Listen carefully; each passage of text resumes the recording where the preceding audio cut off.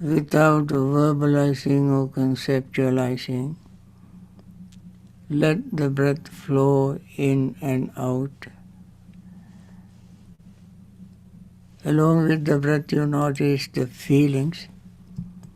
In fact, it is through the feeling we know the breath. But that feeling also changes as the breath changes. And we perceive our breath and the feeling that also changes. Our will or volition changes along with the feeling and the breath and perception. Consciousness changes. All these 5 aggregates change or rise and fall along with the rising and falling of our breath. And as our mind remains focused on it, on these changes, the mind becomes very calm, relaxed and peaceful. Our breath, body, mind all become calm, relaxed and peaceful. At that state, no desire or greed arise in our mind. And that is very important thing to remember. And then when the greed disappears, mind becomes even more calm, more relaxed, more peaceful. At that moment, that level, mind, body becomes very relaxed, more peaceful. Then metta feeling becomes clear. Metta feelings cannot arise if there is greed or hatred in the mind. So anger or resentment, uptightness fades away, and the loving friendliness takes over the mind. And then resentment fades away. When these 2 hindrances are overcome, mind is very more calm and relaxed. That is the state where we feel sleepiness and drowsiness. We have to overcome sleepiness and drowsiness in order to develop our mindfulness, our insight, wisdom. So we have to arouse our energy to overcome our sleepiness and drowsiness. When energy arises, sleepiness fades away. I always recommend very simple technique to overcome sleepiness. That is, take a deep breath, hold it as long as you can, and slowly breathe out. Again, take a deep breath, hold it as long as you can, and slowly breathe out. When you do this several times, your sleepiness disappears, body warms up, you even feel perspiration.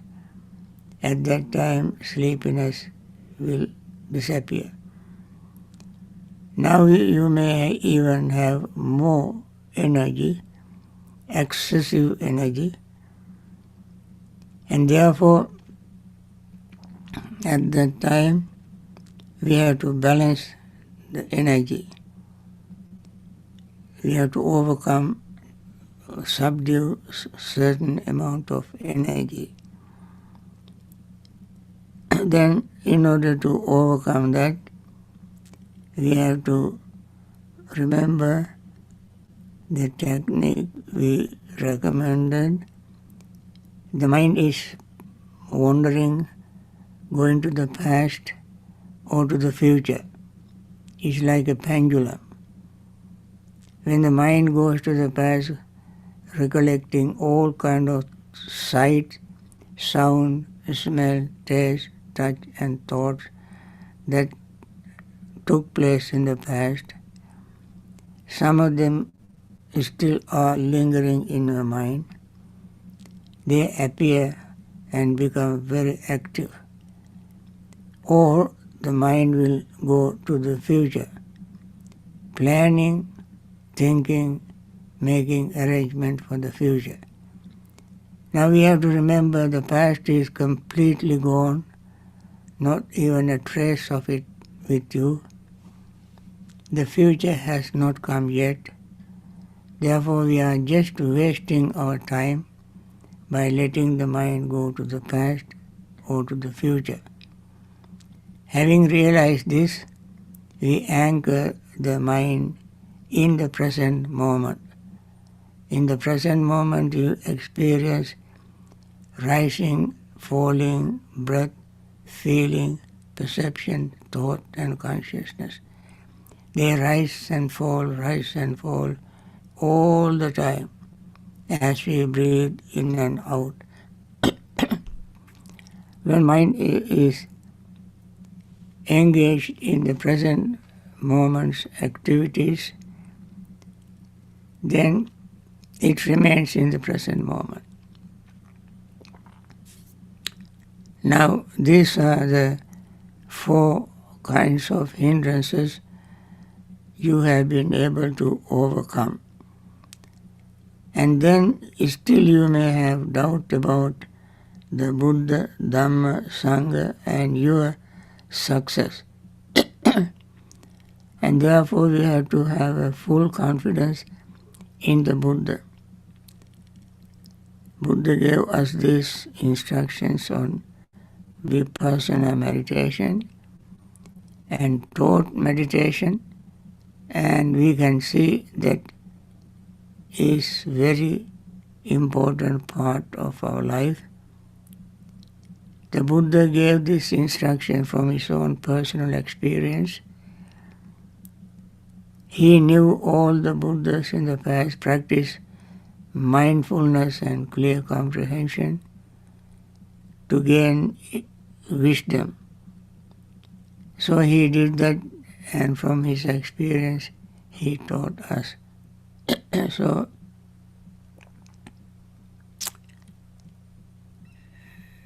we have to be very, very alert and mindful. And then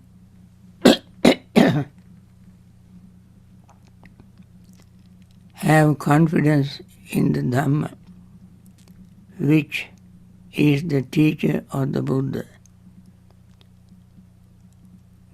It is this Dhamma that Buddha followed to attain liberation. After attaining liberation, he relied always on Dhamma and taught us to follow the Dhamma, even to see the Buddha. All his disciples followed the Dhamma and saw the Buddha, not in physical form, but what the Buddha is or who the Buddha is through the practice of mindfulness, clear comprehension, full understanding of dependent origination, impermanence, and so on. And therefore, all who have practiced meditation and attained liberation followed the same method. You too can attain that state, so you can have confidence in yourself. You can have confidence in the Buddha, Dhamma, Sangha, morality, and yourself. You have already overcome 4 hindrances: greed, resentment, sleepiness and drowsiness, and restlessness and worry. Now the last is doubt, which also you can overcome. Then you will be in a very peaceful, happy situation, because desire is like debt. If you have debt to pay, you are restless. So when you pay your debts, all the credit cards, all you paid for your car, house, property, whatever, you have paid off. And you will be full of joy. Being angry is like being sick. When you come out of sickness, you feel happy. Similarly, when you get rid of your anger, you will be full of joy. Your sleepiness and drowsiness is like being in a prison where you don't see much outside the prison walls. When you are released from the prison, you are very free to go anywhere. Similarly, when you overcome sleepiness and drowsiness, you are full of joy. Then restlessness and worry is like slavery. Slaves are always restless because they don't know what the slave masters would do to punish them. When you are free from restlessness, you feel that you are free. Doubt is like being in a desert where there is no road, directions, no road signs, no guide, but you are on your own. Somehow you manage to get out of that desert, then you will be very glad, full of joy. Similarly, when you overcome all these hindrances, mind is full of joy that increases until you gain concentration, gain happiness. When the mind is full of happiness, you gain concentration. Use that concentration to see more deeply and more clearly the rising and falling of all aggregates. They are rising and falling all alone, all the time. They are there.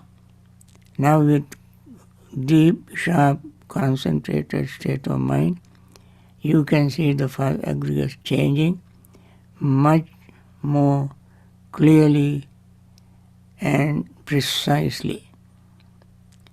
And then you will be able to overcome your greed, hatred and delusion. Raga, dosha, moha. And that can happen anytime you follow the system in meditation practice. So with this I like to stop. You may continue your practice until I ring the bell.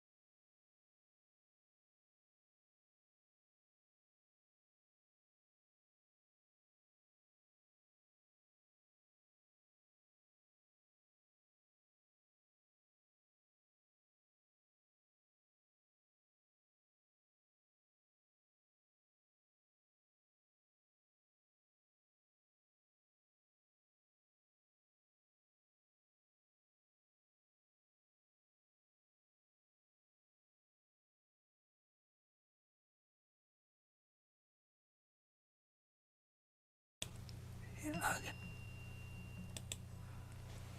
Yeah, 1 minute.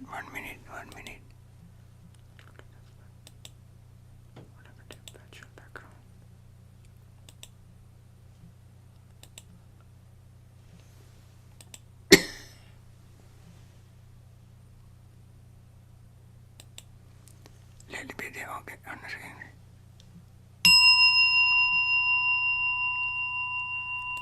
Okay.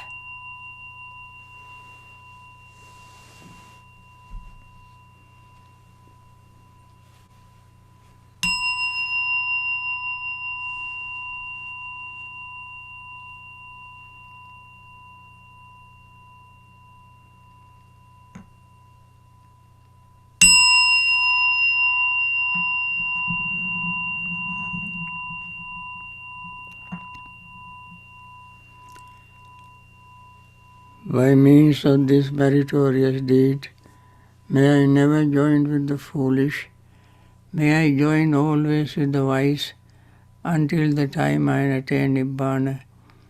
May the suffering be free from suffering, may the fear-struck be free from fear, may the grieving be free from grief, so too may all beings be. From the highest realm of existence to the lowest, may all beings arisen in these realms, with form and without form, with perception and without perception, be released from all suffering and attain to perfect peace. Excellent, excellent, excellent.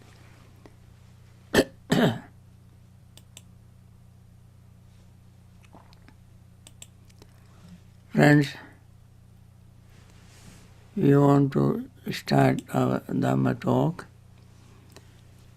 I want to remind you once again, today is the last talk on this series on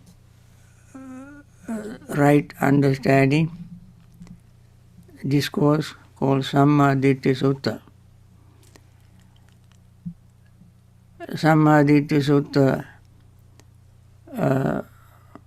is explained, Venerable Sariputta explained in that discourse, right understanding in 16 ways. We have already discussed 14 of them, and today is the 15th and 16th together. In the first part of the discourse, Venerable Sariputta mentioned understanding the unwholesome and root of unwholesome, understanding the wholesome and the root of wholesome. By understanding these 4 segments, 4 parts, he said one would be able to uproot all conceit and overcome all greed, perception of wrong views. He said all overcome eliminates all sensual pleasures, lust. It eliminates all lust for existence, and it eliminates all ignorance, uproots all conceit, I am. He repeated this. He mentioned this overcoming all these defilements, attaining full liberation only by understanding the unwholesome karma and their roots, wholesome karma and their roots. So, I want to elaborate on this in this talk. That is, we commit all kind of karmas. There are 4 categories of karmas. they are called dark karma with dark results, white karma with white results, dark and bright karma with dark and bright results, and neither dark nor bright karma that has neither dark nor bright results. Now these are the 4 kinds of karmas. Let me elaborate this. Dark karmas with dark results, as you hear the words, you probably can guess what I am going to say. In the first explanation of the right understanding, Venerable Sariputta mentioned that kind of karma. That is unwholesome karma with unwholesome karma and its cause, root. Unwholesome karmas are 10.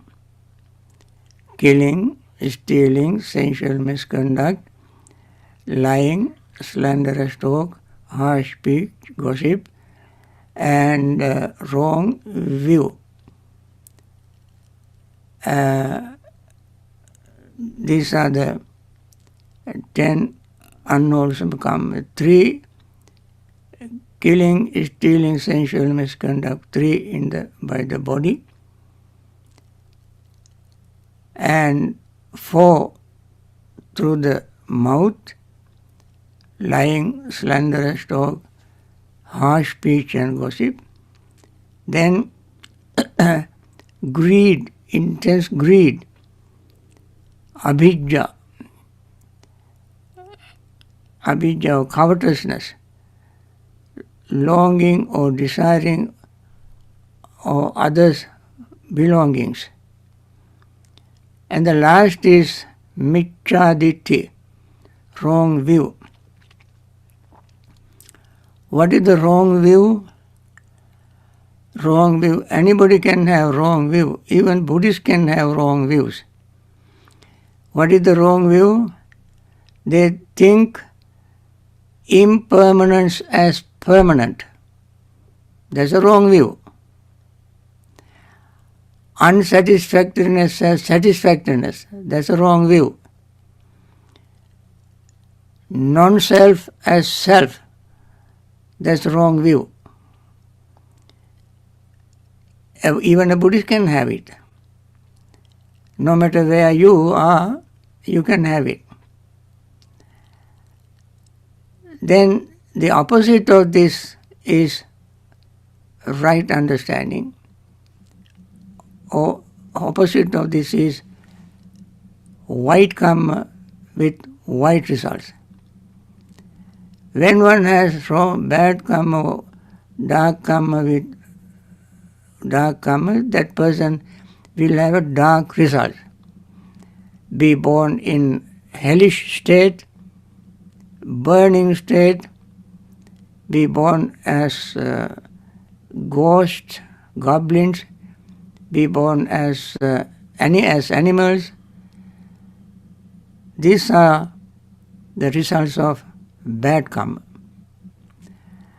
Then wholesome karma or good karma are abstaining from killing, stealing, sensual misconduct, abstaining from lying, slanderous talk, harsh speech and gossip, abstaining from covetousness. That means one becomes one does not covet or will not be greedy for others' belongings. Then the person who knows impermanence as impermanence, unsatisfactoriness as unsatisfactoriness, non-self as non-self. Understand. This is that person's right understanding. That means the person has committed wholesome karma. As a wholesome karma, the person will be born in a wholesome place. Human beings, divine beings, and so forth. And there is another wholesome karma. These two are called accumulation. Unwholesome accumulation and wholesome accumulation. Punyabhi sankhara, apunyabhi sankhara. And there is another accumulation that is called imperturbable accumulation. It is called ananyabi sankhara. All these are karmas. Wholesome karma, unwholesome karma, wholesome karma, imperturbable karma. What happens when one commits imperturbable karma? What is imperturbable karma? Karma that the result cannot be shaken is called attaining jhanas. Jhana is spelled Jhana, jhana. Samadhi. When one attains that state, all hindrances are subsided. None of them can disturb their mind. Mind is there very steady. Pleasure, so peace, happiness is steady. As long as the person is in that state, that is the condition. That is not perfect, that is not ultimate attainment, but as long as the person is in that state, the mind is not disturbed by hindrances. Therefore it is called imperturbable. That cannot be disturbed, karma. And that is called also wholesome karma.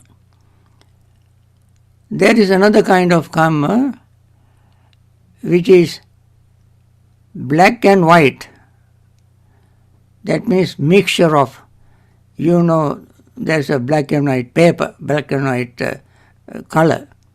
When you print, you have black and white printers and so forth. Here karma also, one kind of karma is called black and white karma, wholesome and unwholesome, mixture of them. When we commit that karma, we may be reborn as a human beings. So that human beings who have committed this mixed karma in the past will have mixed results. Pleasure, pain, happiness, unhappiness, gain, loss, famous and defame, praise and blame. These are the worldly situations, worldly Dhamma, called Loka Dhamma. So they are, when they gain, they are happy. When they lose, they are unhappy. When they become famous, they are happy. When they don't become famous, they are not happy. When they are healthy, they are happy. When they are unhealthy, they are not happy. When they are praised, they are happy. When they are blamed, they are not happy. So this situation, happiness, unhappiness, happiness, unhappiness, happiness, unhappiness come in turns. And that is because of their mixed karma. When you say mixed karma, you may think of all the previous karmas. No, they can be in this very life. Today, you may experience something you have done yesterday, day before yesterday, a month ago, year ago, 10 years ago. You have done something. good or bad, you may experience their results today. And therefore we have to understand, when we say previous karma, it doesn't necessarily mean only in the previous life, previous to this moment, previous to today, yesterday, day before yesterday, last week, last month, last year, and so forth, in this life. That also is a karma. You did it deliberately, with intention, using your thoughts, words and deed, you committed them. And therefore, you experience their results. That is called mixed karma, wholesome and unwholesome. Since they are done with volition, will, they have results. If something happened to you without you knowing, then you are not responsible for that. Now these are the three types of karmas. There is one more karma, that is, in Pali it is called kamma khaye kamma. Kamma khaye kamma. Karma that destroys karma. I believe most of you have not heard of a karma that can destroy karma. This is the wonderful thing in the right understanding of Dhamma. When we understand Dhamma, we understand karma, the nature of karma. And that's why this discourse is extremely important. This karma is called the karma that leads to the destruction of karma. In these discourses, the right understanding, we have seen at the end of each section, Venerable Sariputta mentioned, say for instance, the feelings, origin of feelings, cessation of feelings, and the way leading to the cessation of feeling. What is the way? Always.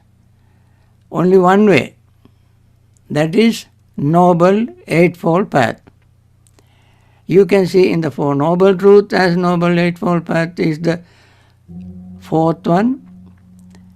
Everywhere, any place, when the Buddha was talking about the end of suffering is end of craving. The way the craving ends is the Noble Eightfold Path. Now, following the Noble Eightfold Path is the path to end karma. Following Noble Eightfold Path is the way to end karma. So, there is the volition for abandoning the kind of karma that is dark, with the dark results. So we have a volition to abandon the dark karma with dark results. That is a wholesome karma, to end bad karma.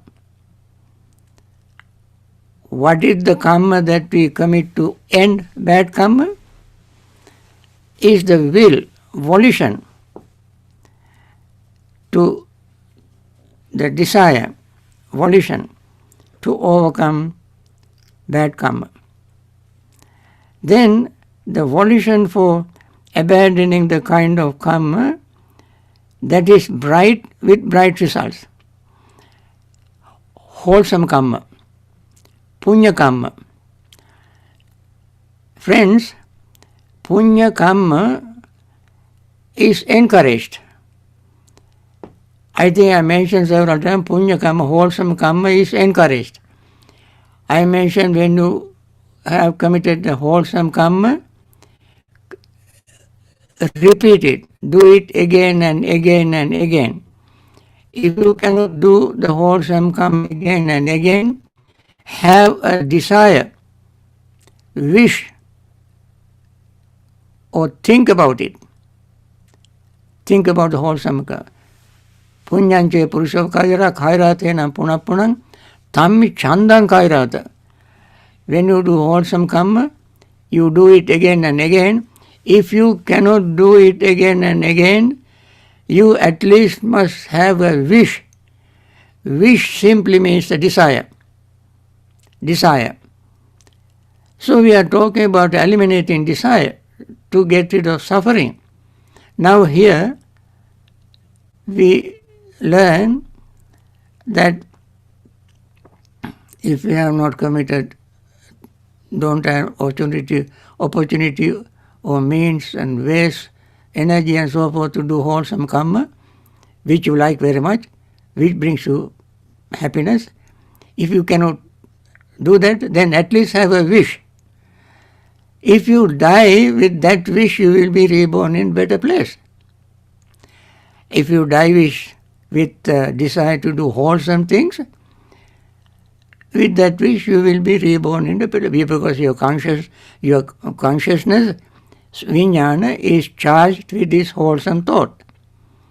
Vijnana is charged with wholesome thought. And the next life, you enjoy pleasure, joy, happiness as a result of wholesome karma. And then you are encouraged to do more wholesome karma. Then you commit more wholesome karma. And then you will be reborn, you enjoy the pleasure in the next life.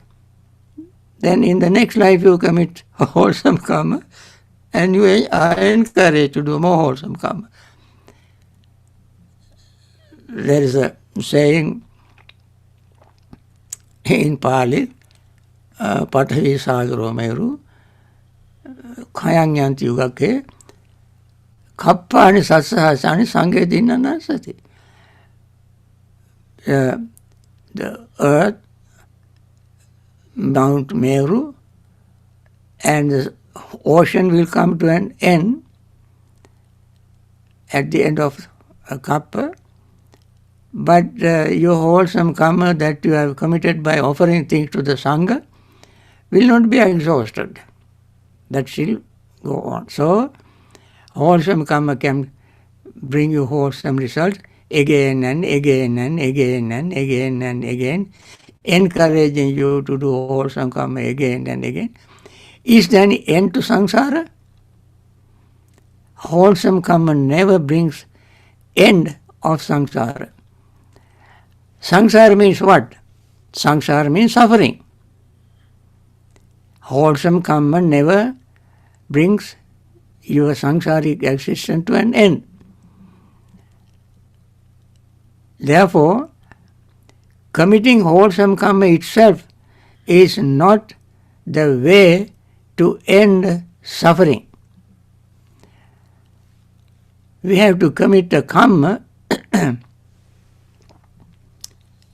to end the desire even to commit wholesome karma. That is why when Siddhartha Gautama was leaving home at the age of 29, it is said that Mara appeared and said to Siddhartha Bodhisattva, why you want to leave home? You have 3 palaces. You have the highest kind of luxurious palaces, the best food, best clothes. Even the Buddha himself has mentioned in Anguttara Nikaya that he never used any cloth which was not made in Kasi. Kasi is Benares, silk. Kasi is the name of city, Benares. Benares silk is the finest kind of silk. That is the kind of cloth he wore. He said, I never used any other cloth. And he said, In other houses, slaves had the third-class food, third-class places to sleep, and thrown away food to eat, and they are living very unhappy life. But even slaves in my palace had comfortable chairs, comfortable bed, comfortable apartments, good clothes, good food, and so forth. So how much more pleasure he was enjoying. So Mar reminded him all this and said, therefore, why do you want to live all this luxury and go to this unhappy life as a mendicant? Live home, stay home, do good things, do meritorious deeds, punya. Buddha said, Siddhartha Gautama Bodhisattva said to him, Anumattena si punyena atto mayhang navijyati.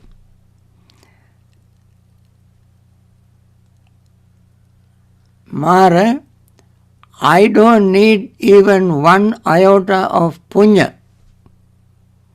I have enough of it. I enjoyed all the punya, wholesome things in this life. Go and tell somebody who needs punya to do punya, wholesome things. I don't need that, even that. I am going to liberate from this committing punya. That's what he said even before attaining enlightenment. He had such a deep wisdom. His deep wisdom to understand the adinava. Adinava means danger.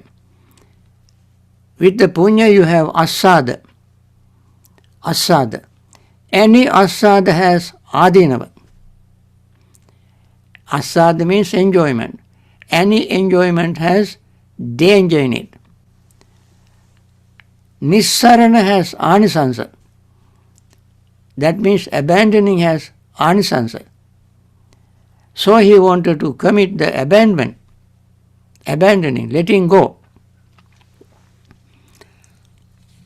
That karma, letting go with deep wisdom and insight and wish. The wish is to let go, not to collect, accumulate. Normally desire's nature is to accumulate. But we have to commit the desire, we have to cultivate the desire not to accumulate, but to let go. Letting go of desire is a karma that destroys karma. Letting go of desire is a good, wonderful karma that destroys karma. So Buddha said, volition for abandoning the kind of karma that is dark and bright with dark and bright results, and this is called the karma that destroys karma. And this is called, there is another karma called volition abandoning the kind of karma that is dark and bright with the dark and bright results. You abandon dark karma, bright karma, and you abandon among bright karma, imperturbable karma also falls under the category of bright karma. So you abandon the dark karma, dark and bright karma. Of course, we abandon dark karma, bright karma, and dark and bright karma, and the karma that is karmic result is imperturbable. That karma. So, when one abandons the desire to commit any of these karmas, is called the karma that is neither dark nor bright, with neither dark nor bright results. Karma that leads to the destruction of defilements. Karma that destroys destruction of defilements. What is that? Destruction of desire. Desire to commit any kind of karma. That is attaining full liberation. Once a person attains full liberation, whatever the person would do after that will not have any results. Any results. Because there is no intention of accumulating any merits or demerits. No accumulation. So abandoning is the anisansa, and asada has adinava. These four words we must remember always. Asada means enjoyment. Asada means enjoyment. Enjoyment always has adinava, danger. Other is called nissarana. Nissarana, meaning abandoning. Nissarana has anisansa. Anisansa is peace, liberation from suffering. That is the most important achievement. So Sammaditthi Suttas explain these things. In 16 ways I combine last one with the first, in this combine. Last one is the asava. What are asava? And asava samudaya. Asava nirodha. Asava nirodhagamini patipada. Asava means kamasava, bhavisava, bhavasava, avidyasava, ditthasava. 4. All this we abandon. Kama, asava. Asava means fermentation. Fermentation. Some people call this influx or taints. In the second discourse in Majjhima Nikaya, the whole discourse is sabba asava. All taints or all influxes or all fermentations. The fermentations are 4: kama, ditthi, avidya, bhava, desire to have pleasure, sensual pleasure, desire to have free birth, desire or ignorance. Ignorance is asava. And desire to destroy all these asavas is the way to liberate oneself from committing karma. And therefore, friends, I think my time is up, and now you understand that there are 4 kinds of karmas: one unwholesome, one wholesome, one mixed, wholesome and unwholesome, and one is karma that destroys all these karmas by destroying desire to commit karma. How to do that? I mentioned in the last talk, we have to gain deepest awareness, understanding, insight, wisdom into impermanence. Remember that simile I mentioned last time of sun? When sun rises in the autumn, when there is no clouds in the sky, when sun rises, you can see any object. Similarly, when you have very full, clear awareness of impermanence, everything you experience is impermanence. Everything, your sight, sound, smell, taste, touch, and thought, focus your mind on any of them. All you see in all of them is impermanence. Just like sunlight. When sun shines, it sheds its light on every object. Awareness of impermanence is very much like sunlight. Full awareness of impermanence is like sunlight.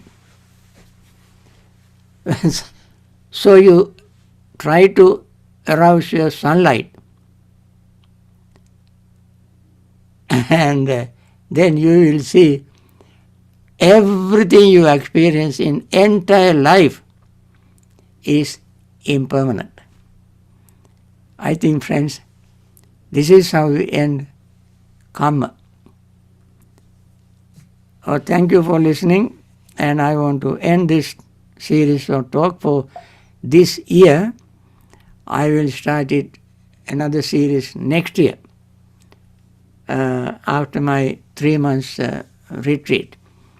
And thank you very much, friends, for your participation and encouraging me to continue these talks. And finally, I want to wish all those who are suffering in hospital from COVID-19 or other diseases, may they recover very quickly and return to normal health, continue their Dhamma practice, and attain liberation very quickly. And those doctors, nurses, and hospital staffs who dedicate their lives, risking their own life to take care of these people, may they continue their wonderful, noble service and live long in very good health and attain liberation from samsara. Those our friends who have lost their loved ones and they may be grieving. One is sitting next to me. His mother passed away some years ago. And I want to wish them to be free from their grief and practice Dhamma, liberate themselves from samsaric suffering. And those who generously support various wonderful projects in the world to help people in many ways, may they continue their generosity and live long in very good health and attain liberation from samsaric suffering. And all the leaders and all others who are in the world helping others to liberate from samsaric suffering. And finally, friends, all of you who encouraged me, gave me energy to practice Dhamma and continue this series of talks on very, very important subject. And because of your encouragement, giving me energy to talk, I gave these talks, and I hope to see you next year. Also, I want to remind once again, there is an exception to this. That is, every Sunday at 3 o'clock, I give children's Dhamma talk.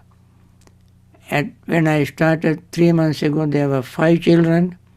Now there are 15 or 16 children. That means their number is increasing. And this seems to be very lovely, very, very lovely, soft, tender persons, and they like to learn Dhamma. For their sake, I spend 1 hour every Sunday at 3 o'clock. If anybody else like to join, you're welcome. Thank you. Have a nice day. Sadhu, sadhu. Thank you, Bhante. Sadhu, Sadhu, sadhu. Blessings to you. Sadhu, sadhu, sadhu. Sadhu, sadhu. Turun Saranay Bhante. Bhante. Buddha Saranay.